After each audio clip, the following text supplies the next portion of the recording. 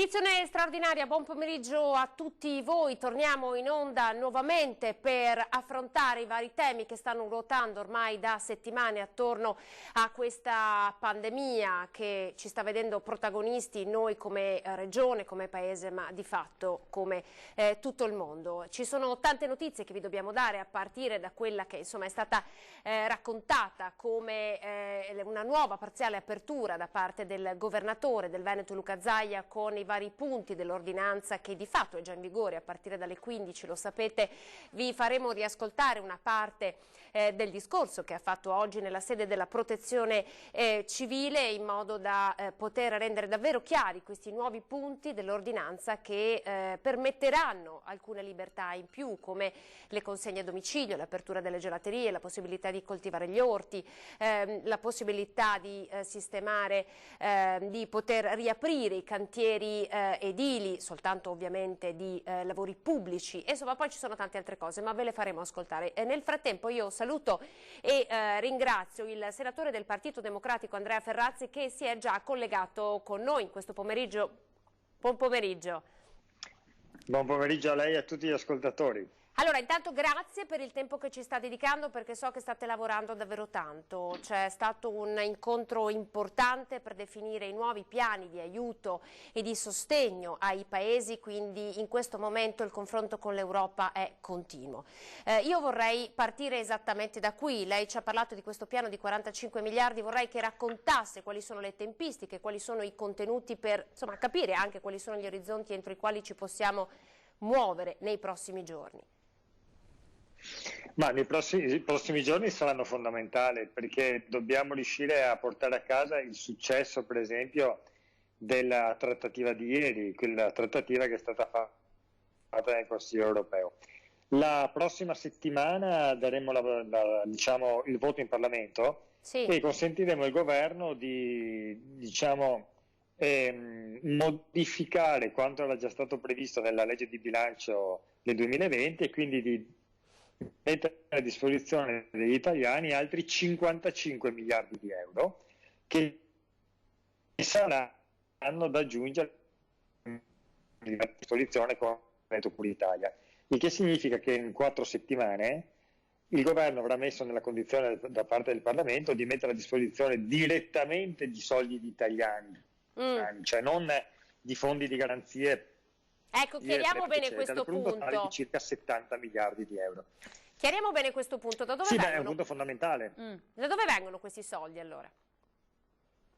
Questi soldi sono soldi che vengono messi a disposizione del governo, però è bene che gli italiani lo sappiano, sono soldi a debito pubblico. Cioè l'Europa ha consentito, bloccando il patto di stabilità con regioni e governi, per un totale di 50 miliardi di euro, e quindi ha consentito di modificare il rapporto del deficit sul PIL fondamentalmente. Quindi i paesi hanno la possibilità di fare del nuovo debito. Questo nuovo debito naturalmente, soprattutto per un paese come l'Italia, che è un paese che ha già un debito pubblico elevatissimo, sarebbe un problema enorme se non fosse venuto in soccorso la Banca Europea, la quale sta acquistando 750 miliardi di titoli di Stato di tutti i membri dell'Unione, con tassi di interesse che sono bassissimi e con tempo di ripagamento che sono lunghissimi, perché vede, se così non fosse, non ci sarebbe nessun soggetto privato o fondo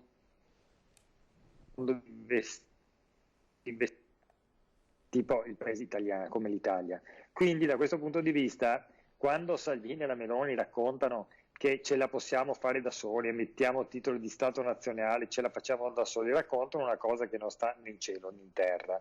La verità è che soprattutto dinanzi a situazioni così drammatiche o c'è l'Europa unita o solidale, oppure nessun paese, in particolare l'Italia e gli italiani, ce la possono fare. Forse il nostro tallone d'Achille continua ad essere la burocrazia, no? In questo sistema continua ad essere, a creare grosse difficoltà, perché se sappiamo che queste sono le premesse, come riusciamo ad arginare un po' i meccanismi burocratici che di fatto fanno parte del nostro paese, no? Sono quasi innati nel sistema del nostro paese. Avete anche pensato a questo? Questo è un tema molto serio. Vede, con il decreto Cura Italia, quel primo dei 25 miliardi, già moltissimi sono già andati, diciamo,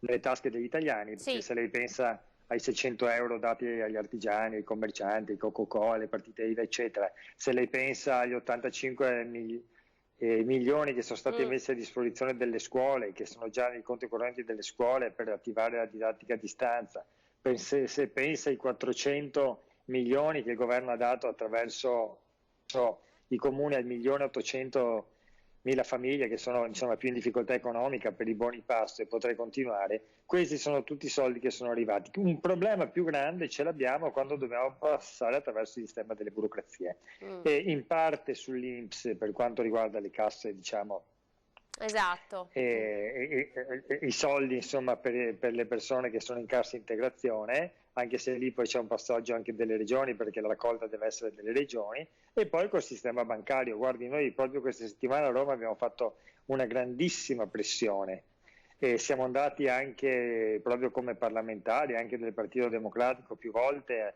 ad incontri con la Banca d'Italia, perché se noi forniamo garanzie per un totale di 400 miliardi non è possibile che nessuno deve mettersi di traverso. Questi soldi, queste liquidità devono essere messe a disposizione degli italiani, a partire dagli imprenditori più piccoli per arrivare poi agli imprenditori più grandi. Abbiamo fatto un servizio noi alcuni giorni fa in cui la categoria dei lavoratori agricoli denunciava il fatto di non poter essere destinataria, ad esempio, dei prestiti, dei famosi prestiti entro i 25 milioni. Ma guardi, adesso naturalmente tutte quelle le enormi, le grandissimi interventi che sono stati fatti costruiti in pochissimi giorni. Certo. Ora la possibilità di fare un decreto, che probabilmente arriverà proprio per fine di questo mese, di 55 miliardi, darà la possibilità al nostro governo di sistemare tutte le cose che non hanno funzionato nel primo giro e soprattutto di estendere tutti i grandi provvedimenti, perché questi miliardi sono miliardi che vanno direttamente nelle tasche degli italiani, delle imprese, delle persone che più soffrono, che più sono in difficoltà, certo, per la ripresa economica. Sono soldi che andranno alla cassa integrazione, che verrà estesa dal punto di vista quantitativo e dal punto di vista anche temporale. Sono soldi che andranno anche a coloro che non possono in alcun modo, non sono stati in alcun modo aiutati. Stiamo pensando per esempio a un reddito di emergenza per non lasciare nessuno indietro. Stiamo pensando a una serie anche di interventi direttamente sulle imprese che non passano attraverso le banche, ma sono soldi direttamente a fondo perduto, dunque non finanziamento adesso agevolatissimo con garanzia dello Stato come gli altri di cui ho appena parlato, certo, ma invece appunto finanziamenti a fondo perduto. Quindi una portata. Questa forse è la grande novità, Ferrazzi, questa è la grande novità, la possiamo davvero dire a voce alta, no? Perché è quello che tanti italiani si aspettavano di sentirsi dire, state lavorando per questo e di fatto possiamo dire che è un risultato raggiunto allora. Ma certamente, lei ha presente quanto è stato il totale della legge di bilancio del 2020, quello che abbiamo approvato a fine dicembre, no? Come si fa ogni anno per preparare il bilancio dell'anno successivo, è stato di poco più di 30 miliardi. Se lei somma le risorse che questo governo con la sua maggioranza ha messo a disposizione degli italiani col Cura Italia 1 e le risorse che sta per mettere a disposizione con il decreto aprile, noi arriviamo a 80 miliardi, quindi vuol dire che abbiamo quasi triplicato la finanziaria, ad avere uno sforzo straordinario, che non sarebbe possibile se non ci fosse la garanzia della solidarietà europea, perché in assenza di questo ovviamente nessun paese, come dicevo prima, e nemmeno l'Italia ce lo può fare. Senta, allora rispetto al vertice europeo di ieri, adesso quali sono le tempistiche? Ma si sta cercando di accelerare il più possibile, perché ora il tema è esattamente questo. Ieri è stata fatta un'operazione importante, oggettivamente senza esagerare con le enfasi, però è stata una giornata di un'importanza storica, perché per la prima volta sono stati messi in piedi dei provvedimenti, l'inizio di un percorso per provvedimenti veramente efficaci che estendono e rendono stabile il concetto da solo, e l'Europa non è più solamente la somma di singoli stati, ma c'è un fondo comune che viene messo a disposizione per coprire in particolare i paesi che sono più in difficoltà. Però questo era già stato attivato, vede, perché quando la Banca Centrale Europea, la BCE, acquista titoli di Stato, già in marzo ha acquistato più di 20 miliardi di titoli di Stato italiano e solo 2 miliardi di quello tedesco, cioè c'è già la leva per modulare gli interventi dal punto di vista europeo per aiutare il nostro paese. Ieri è stato deciso questo grandissimo fondo, Recovery Fund, per aver cura dei paesi che sono in particolare difficoltà e senza nessuna costrizione, senza nessuna troica, senza nessuna di quelle sciocchezze che qualcuno sta dicendo in giro, perché l'obiettivo reale di questo qualcuno è quello in effetti di distruggere l'Unione Europea.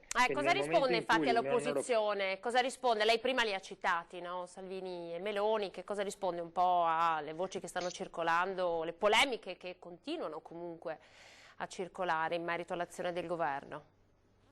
Ma guardi, oggi alla Camera, lei lo saprà, la Meloni ha presentato un ordine del giorno per bloccare il MES qualsiasi forma dovesse assumere.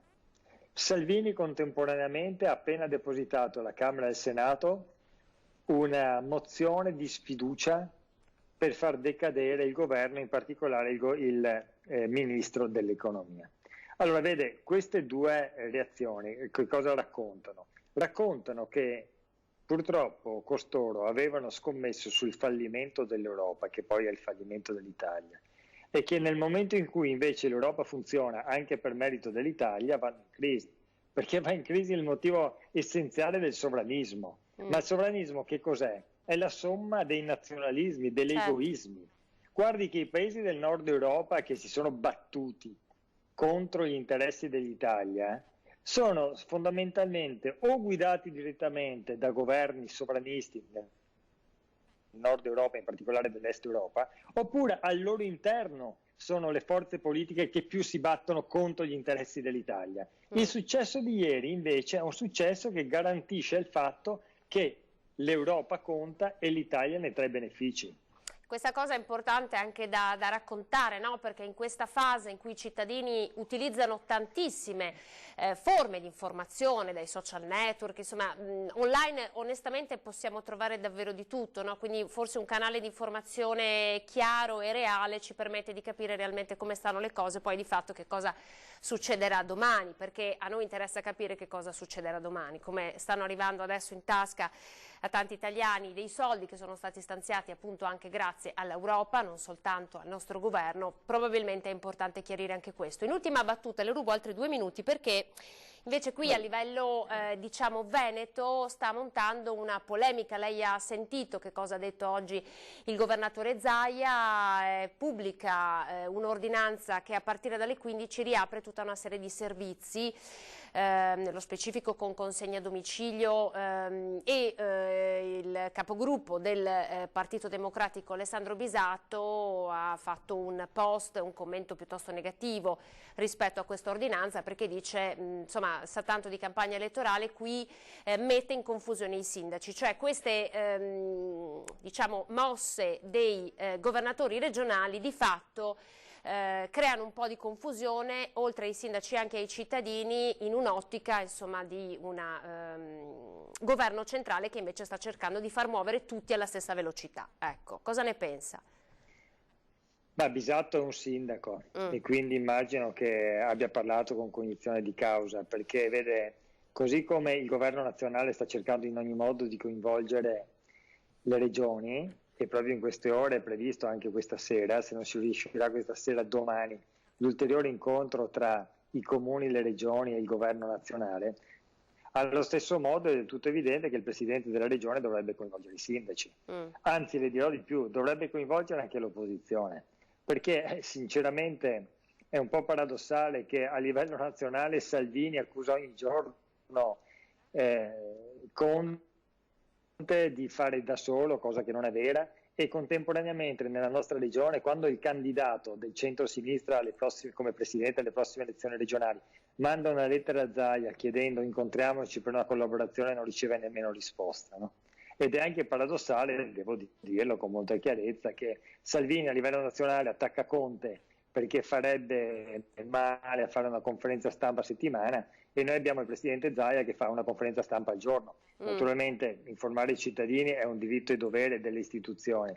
Dopodiché a me sembrerebbe un tantino esagerato, sinceramente, una conferenza stampa ogni giorno in cui da un mese devi raccontare poi chissà cosa. Poi nel merito di questa disposizione, cioè, fare una conferenza stampa alle 12 e comunicare delle cose che vanno attuative verso le 15, spero che siano stati convocati e coinvolti i sindaci, che poi devono gestire nel proprio territorio tutte le questioni. Immagino e spero che Zaia l'abbia fatto, perché altrimenti fare un'ordinanza che inizia 2 giorni dopo, cioè scusi, 2 ore dopo, e che poi si conclude tra una settimana, rischia di fare confusione su confusione. Sinceramente di questo non ce n'è bisogno. Lei dice non è il momento. Grazie per il suo intervento. Andrea Ferrazzi, senatore del Partito Democratico, la lasciamo al suo lavoro. Grazie a lei. Buon pomeriggio e buon lavoro. Grazie, arrivederci.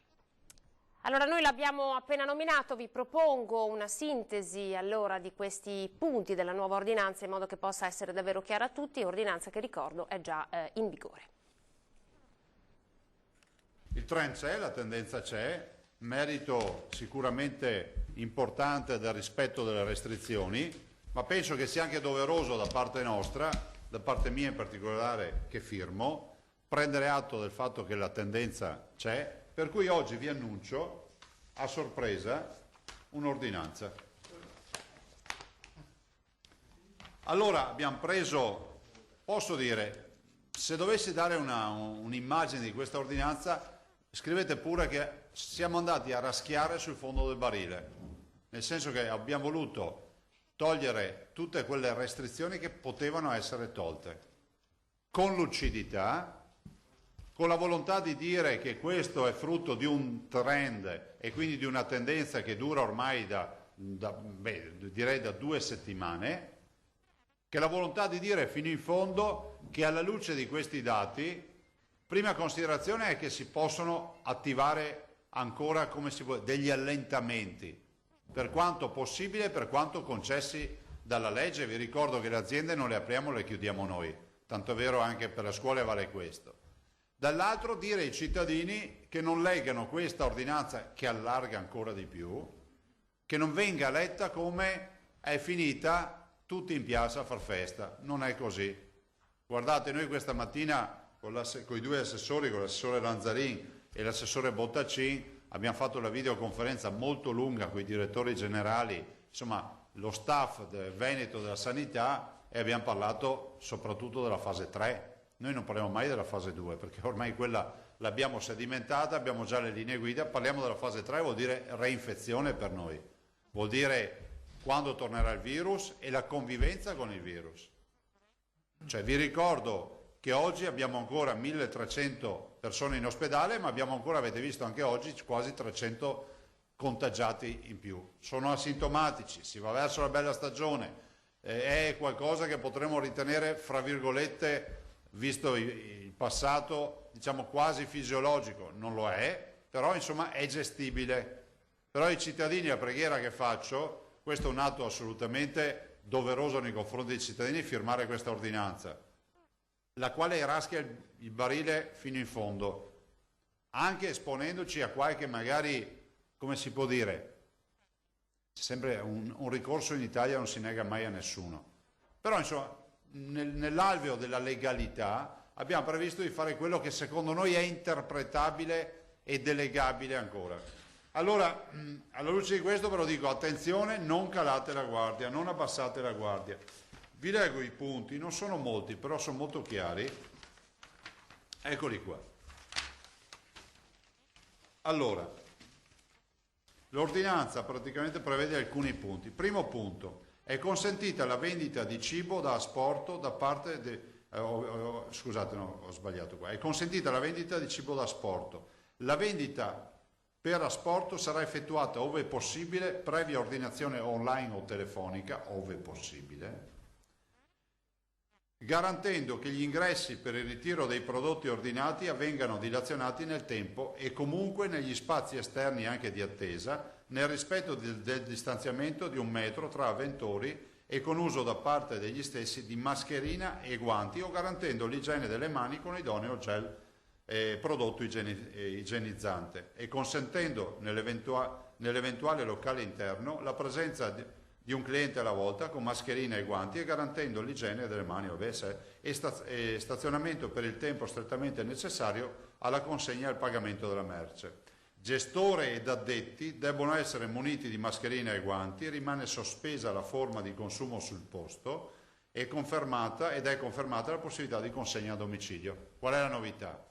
Che tutto l'asporto, il take away, funziona. Non devi consumare lì, quindi vai in gelateria dove non puoi prenotare il cono di gelato, vai a prendertelo e non stai lì a leccartelo davanti al banco della gelateria o a mangiare la coppetta davanti alla gelateria e vai a casa o vai da un'altra parte. Però questo significa che tutto quello che è take away, compreso il car delivery, quindi anche per capirci la consegna, so che ci sono molte attività che consegnano addirittura in auto eccetera, è a nostro avviso, a mio avviso, visto che la firmo io, da concedere. E quindi l'unica preghiera che faccio a tutti i cittadini e agli operatori è rispettare le norme, il distanziamento, i guanti, la mascherina e l'ingresso contingentato e non consumate sul posto il comprato, quindi la fetta di pizza, il cono di gelato o quant'altro. 2. Revoca la disposizione restrittiva relativa a vendite per abbigliamento bimbi, cartolerie e librerie. Quindi possono aprire, prima noi avevamo autorizzato 2 giorni a settimana in via prudenziale e perdonatemi, se tornassi indietro lo rifarei, perché partivamo da un punto zero, non sapevamo da che parte si inclinava la curva. Oggi ci si riallinea con la possibilità di aprirle in virtù anche di un DPCM che c'è. 3. Per le opere pubbliche ammesse all'esecuzione dei lavori ascrivibili in maniera prevalente alle categorie di seguito indicate, a prescindere dai loro codici ATECO, principale o secondari intestati all'appaltatore e a condizione che questi sia in possesso della corrispondente qualificazione SOA. Cosa vuol dire? Che non andiamo più per codice ATECO ma per categorie. Strade, autostrade, ponti, viadotti, ferrovie, linee ferroviarie, metropolitane, funicolari, piste aeroportuali e relative opere complementari, opere d'arte nel sottosuolo, quindi gallerie, condotte, tubature, tutte quelle robe, fognature, eccetera, dighe, acquedotti, gasdotti, oleodotti, opere di irrigazione e di evacuazione, opere marittime e lavori di dragaggio, opere fluviali di difesa, di sistemazione idraulica e di bonifica, opere di ingegneria naturalistica, opere strutturali speciali, demolizione di opere. Questo siamo nell'ambito... Ah, scusa. Adesso, opere pubbliche. No, mi scuso veramente con i non udenti, l'ho letto troppo in fretta. Comunque stiamo parlando di opere pubbliche. E ovviamente questo qualcuno potrebbe dire, ma perché solo quelle? Perché questo, secondo il dettato e la legge, secondo noi è derogabile e quindi trasformabile in ordinanza. 4. Di consentire le attività sul patrimonio edilizio esistente secondo il regime della comunicazione e della comunicazione asseverata prevista dagli articoli. In poche parole, lavori edilizi sul patrimonio esistente. Sul patrimonio esistente vuol dire che non vai dentro con la ruspa e inizi i lavori per fare un condominio. Patrimonio esistente vuol dire tutto quello che è esistente, manutenzione ordinaria, straordinaria, ampliamenti, tutte le cose che si devono fare autorizzate, anche impiantistica e tutto. 5. È consentita la coltivazione del terreno per uso agricolo per autoconsumo. L'uso agricolo c'è già, no? Attività degli agricoltori. Per autoconsumo, anche all'interno di orti urbani e comunali, nel rispetto degli obblighi di distanziamento di 1 metro, dell'uso della mascherina e delle norme igieniche. Quindi, a prescindere da dove si trovi l'orto, uno può andare a coltivarselo. Non c'è il limite comunale, per capirci. 6. È consentita la vendita in esercizi anche esclusivamente commerciali al dettaglio, quali fiorerie, di prodotti florovivaistici, quali a titolo di esempio semi, piante, fiori ornamentali, piante in vaso e fertilizzanti. Qui dico anche che introduciamo la vendita, adesso la stiamo ancora, ve lo dico, la stiamo affinando, attendete, c'è solo un punto dell'ordinanza che stiamo chiarendo ancora con l'avvocatura, di poter autorizzare la vendita di piantine all'interno dei mercati, però lo troverete scritto o meno nell'ordinanza adesso, ma io penso insomma che ci riusciamo anche per questo. Questo punto 6 sono le fiorerie in particolar modo, perché c'è stata una circolare del Ministro dell'Agricoltura che non parla di fioreria, gira attorno al concetto come una poiana, avete presente?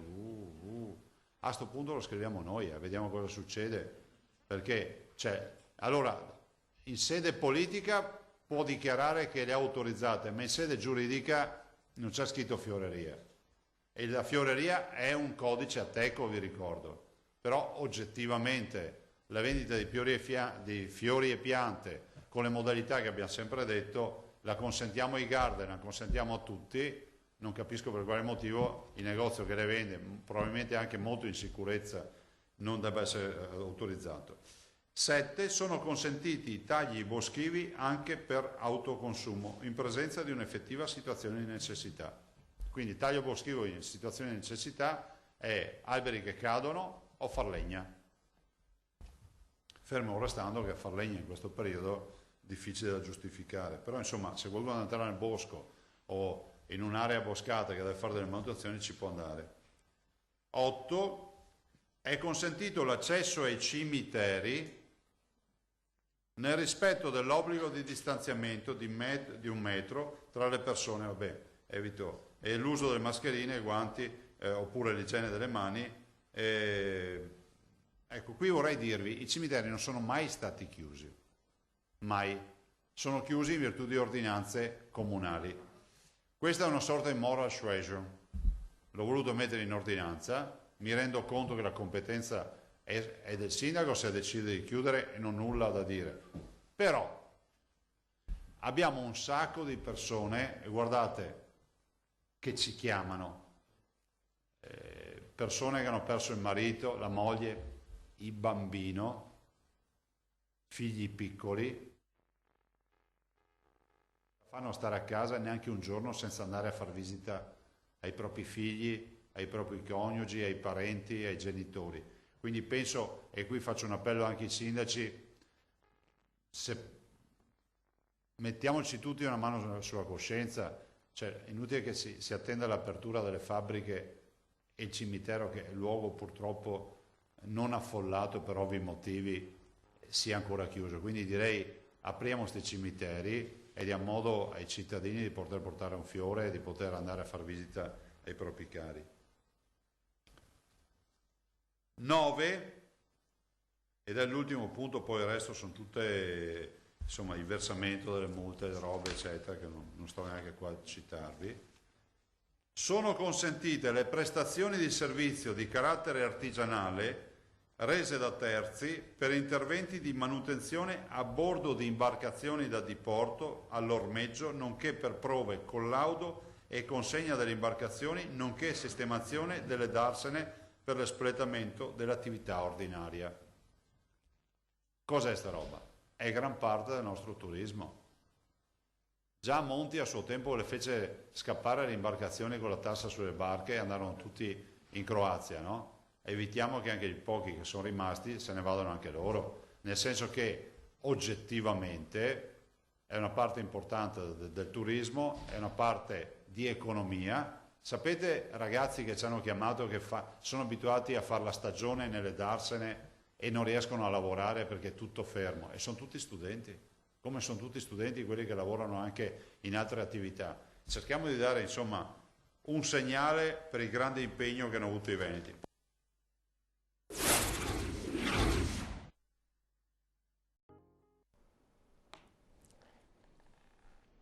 Edizione straordinaria, buon pomeriggio. Allora, avete sentito questo parziale riassunto che abbiamo preparato per voi per farvi capire esattamente come sta già cambiando la nostra regione con queste parziali aperture che sono state introdotte nella nuova ordinanza che appunto è già in vigore, raccontata oggi dal governatore del Veneto Luca Zaia. Io vedo già collegata con noi un bel collegamento all'aperto l'assessore regionale Elena Donazzane, che ringrazio per aver risposto alla nostra chiamata. Buongiorno assessore. Buongiorno a voi, all'aperto ma a casa.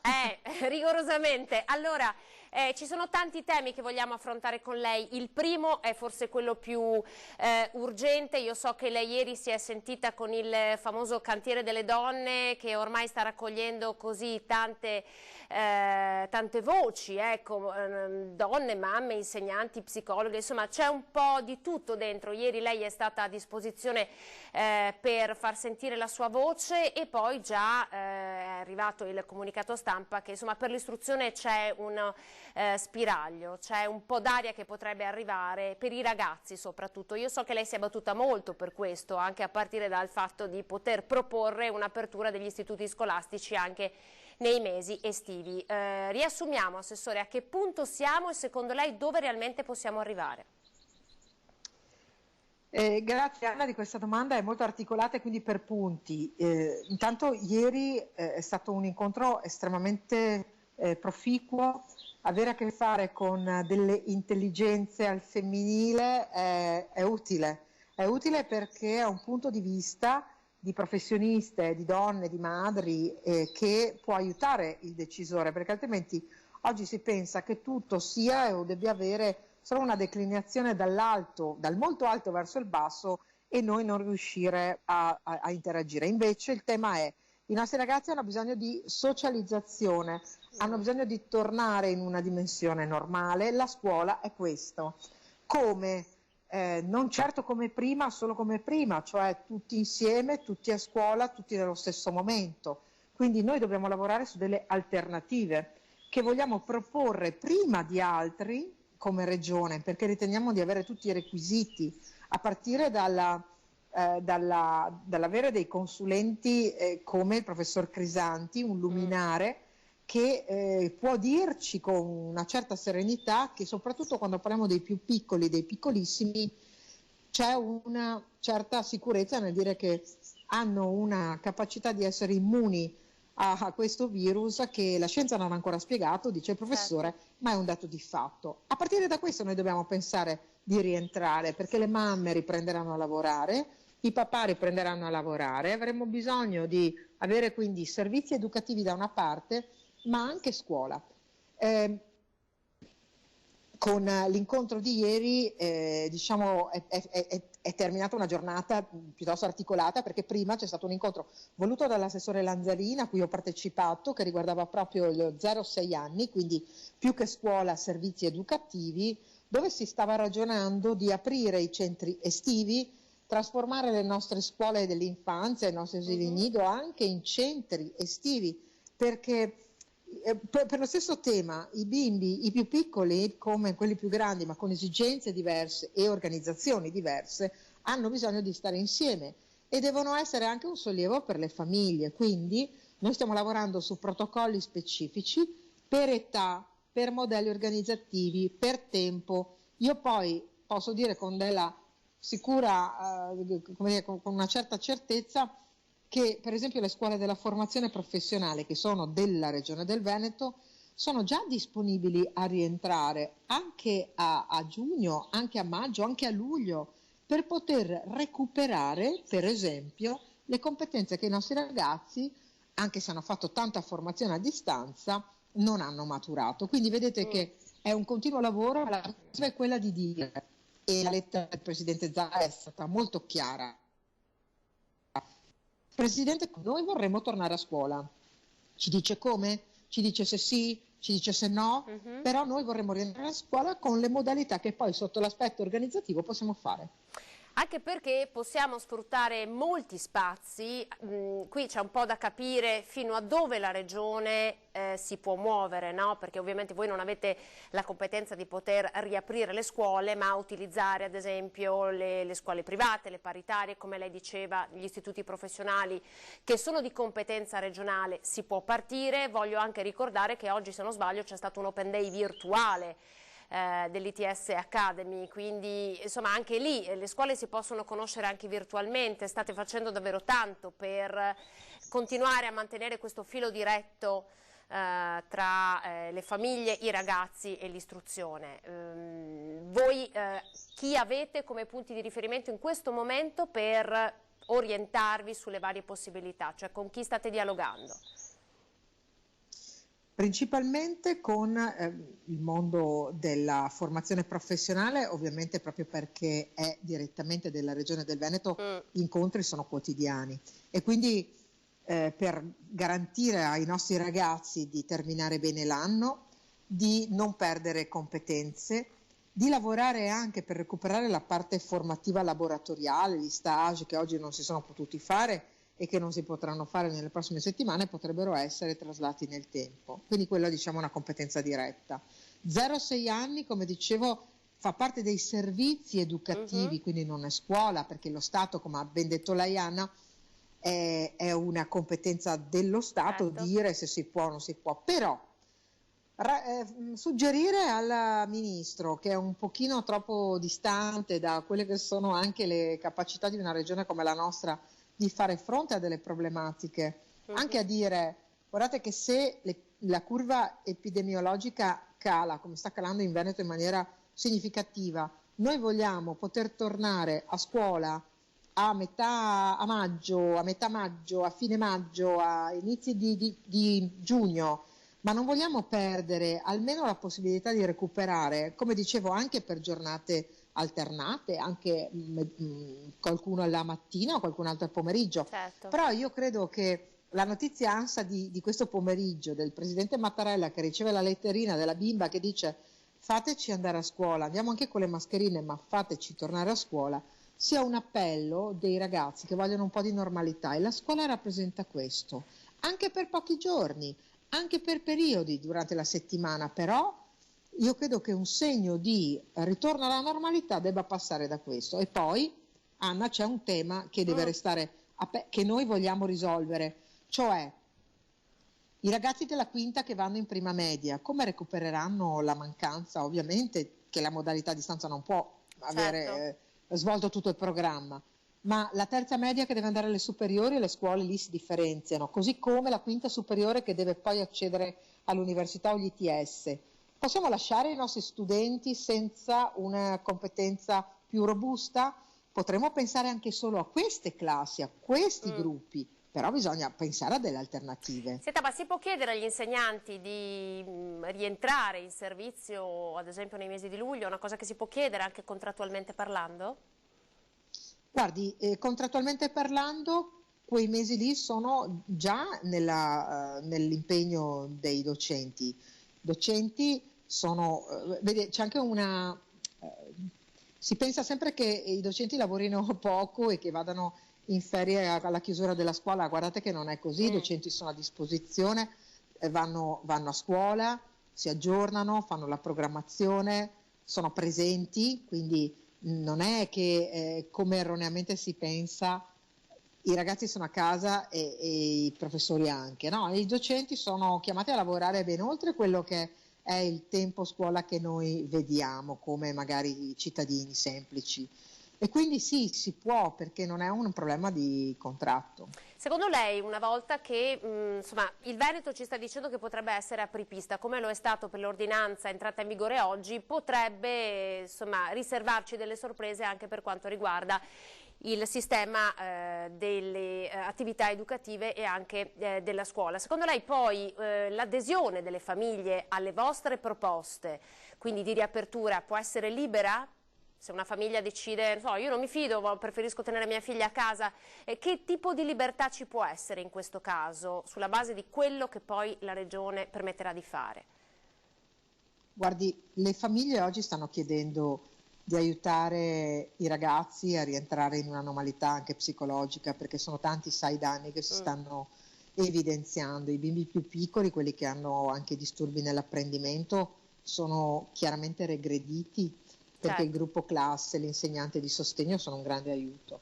I ragazzi più grandi nella fase di adolescenza stanno maturando problematiche che dovremo affrontare poi anche con degli esperti, così come le scuole, i ragazzi più, quindi sto parlando delle scuole secondarie di primo grado, le scuole medie per capirci, ma le scuole superiori anche cominciano ad avere grosse problematiche di tipo relazionale, quindi le famiglie ci stanno chiedendo di rientrare. Se poi qualche famiglia avrà una preoccupazione maggiore, la libertà, sai, quella educativa principalmente, io ho sempre insistito molto su questo, non c'è un obbligo poi di rientro, in verità oggi ci chiedono di rientrare, non di rimanere a casa. In ultima battuta, so che lei ha avuto un incontro molto delicato oggi, ci vuole accennare qualcosa in prefettura? Allora, oggi con la prefettura di Vicenza si è fatto un approfondimento di tipo sperimentale. I prefetti si sono visti caricati di una responsabilità grande dall'ultimo decreto e anche sono state alimentate delle aspettative sbagliate, perché pareva all'inizio che così il prefetto potesse decidere con piena discrezionalità se un'azienda poteva o meno riprendere a lavorare se non era nei codici Ateco. E invece questo non è vero, ma insomma io credo che alcuni decreti, direi un po' tutti, hanno generato qualche aspettativa di troppo e dall'altra sono stati eccessivamente rigidi. Io sono tra quelli che contestano molto la definizione di codici Ateco. Guardi, io credo che che avrebbero potuto esserci anche dei problemi di tipo proprio di coerenza costituzionale, perché limitare alcune realtà ad altre semplicemente con un ragionamento di assembramenti che non sono mai stati dimostrati, secondo me non poteva essere fatto. È stato fatto, non poteva essere fatto, però poi sui prefetti questo è stato scaricato. Allora noi con la prefettura di Vicenza stiamo lavorando con sindacati, associazioni datoriali per trovare delle modalità di relazione, per provare a dire di più e meglio al governo: guardate che potete lasciarci produrre, perché noi produciamo in sicurezza,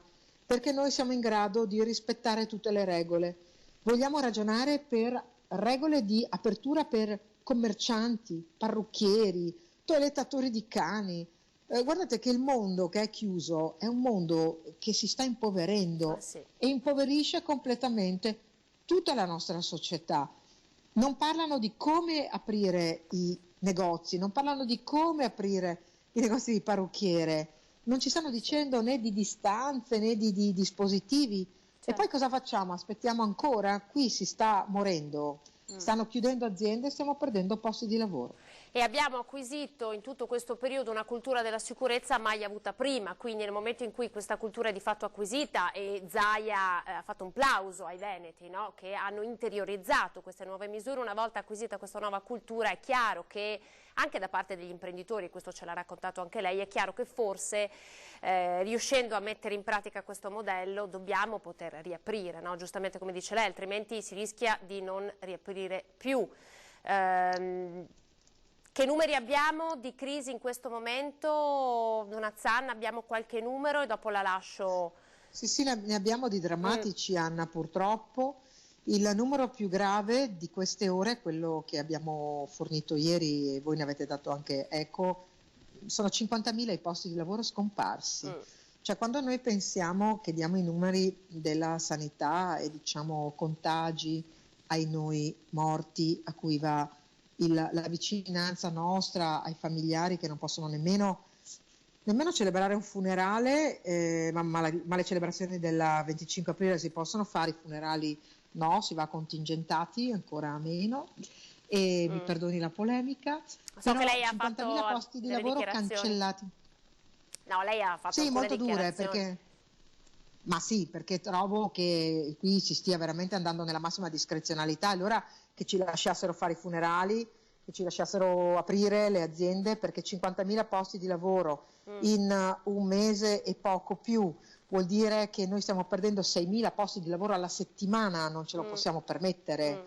Ecco, questo è il bollettino di guerra non potrei commentare diversamente. Certo. Se non riapriamo, se non permettiamo di lavorare, non ci saranno neanche i pagamenti delle tasse, non ci saranno neanche le risorse per la sanità, per la scuola, per gli stipendi Certo. dei dipendenti pubblici come dei politici. Forse c'è qualcuno che questa cosa qui la sta sottovalutando molto, e sta sottovalutando anche la rabbia, Anna, che sta montando.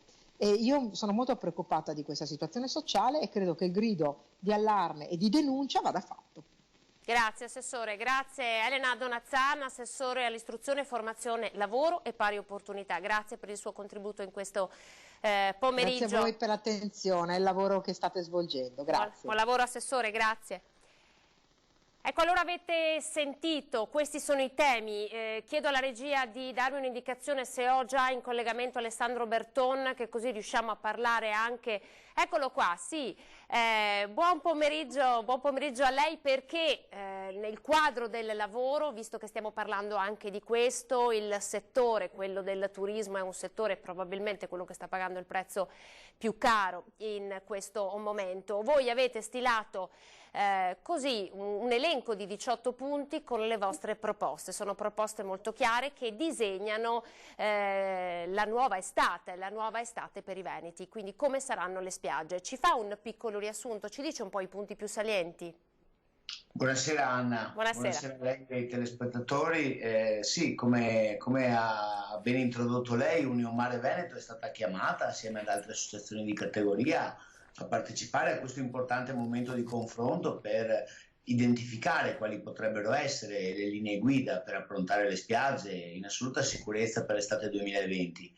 Noi abbiamo voluto partecipare, essendo probabilmente la più autorevole e rappresentativa associazione di categoria del mondo balneare, innanzitutto facendo squadra tra di noi. Il documento a cui lei accennava poc'anzi è un documento che è stato condiviso e sottoscritto lungo tutta la costa veneta, e quindi da Bibione fino a Rosolina tutte le attività che hanno una concessione demaniale, campeggi, stabilimenti balneari hanno condiviso queste linee guida che vogliono essere un contributo responsabile da parte di una grande associazione che fin dai primi momenti si è interrogata su quelli che potevano essere gli accorgimenti necessari da introdurre nella nostra attività alla luce dell'emergenza in corso, che sicuramente cambierà da qui in poi i nostri costumi. Senta, io la ringrazio perché questi 18 punti ce li avete girati in modo, insomma, che anche noi giornalisti possiamo dare un'occhiata. Allora, in primis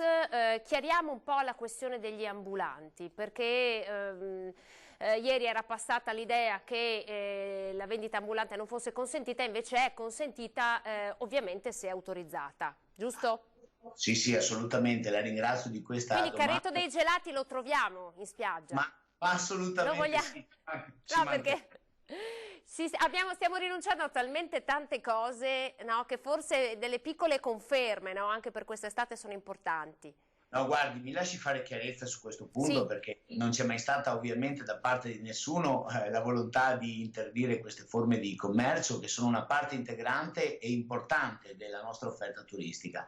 La riflessione che è stata fatta sulla spiaggia parte da un dato di fatto: tutto riaprirà, ci auguriamo presto, nulla probabilmente riaprirà come prima. Noi siamo convinti di poter applicare dei criteri sensati per permettere a tutte le persone che verranno sulla costa veneta la prossima estate di usufruire di una favolosa giornata sulle nostre spiagge in assoluta sicurezza. È quindi necessario fare una riflessione, è quello che abbiamo fatto in maniera molto responsabile ed opportuna, anzitutto disegnando idealmente un nuovo concept delle spiagge, e quindi il tema del distanziamento sociale, che sarà inevitabile, ci ha permesso di lavorare per riorganizzare gli spazi, per proporre degli spazi sempre maggiori. Ci siamo interrogati inoltre sulla sanificazione delle strutture, che sarà un altro grande tema molto importante. Sarà assolutamente importante, mi lasci dire questo, anche monitorare e contingentare gli accessi, la fruibilità delle spiagge. Per questo abbiamo sviluppato ed implementato i sistemi di prenotazione online, sviluppando delle applicazioni che consentiranno in maniera molto semplice agli ospiti che vorranno venire al mare di fare la loro prenotazione e quindi di venire e di evitare che ci siano gli assembramenti di fronte alle casse, le code all'ingresso degli stabilimenti che ci sono stati in passato. Infatti nello specifico in questi punti c'è anche scritto che le spiagge libere non è consentito andare in spiaggia libera a meno che non siano vigilate, è corretto? Mi lasci chiarire bene anche questo punto, perché è un punto molto importante. Non c'è ovviamente la volontà da parte di nessuno di precludere o di interdire qualcosa, saranno poi ovviamente le istituzioni a così emanare i provvedimenti necessari.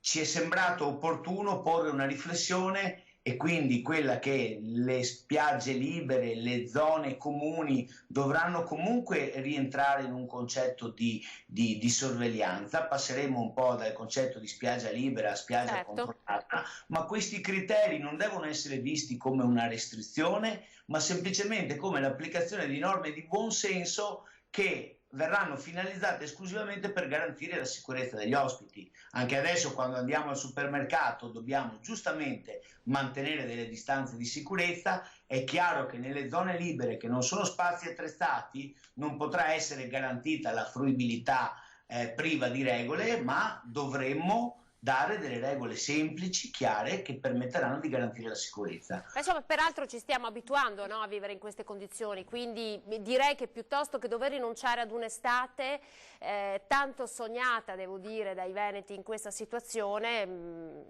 seguire queste poche semplici regole non dovrebbe essere un problema per nessuno.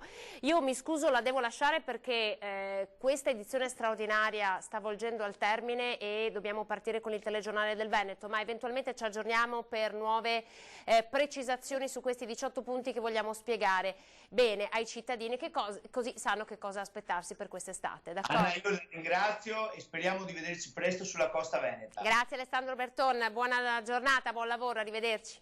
Grazie a voi. Pubblicità e poi di nuovo insieme con tutte le notizie del Veneto.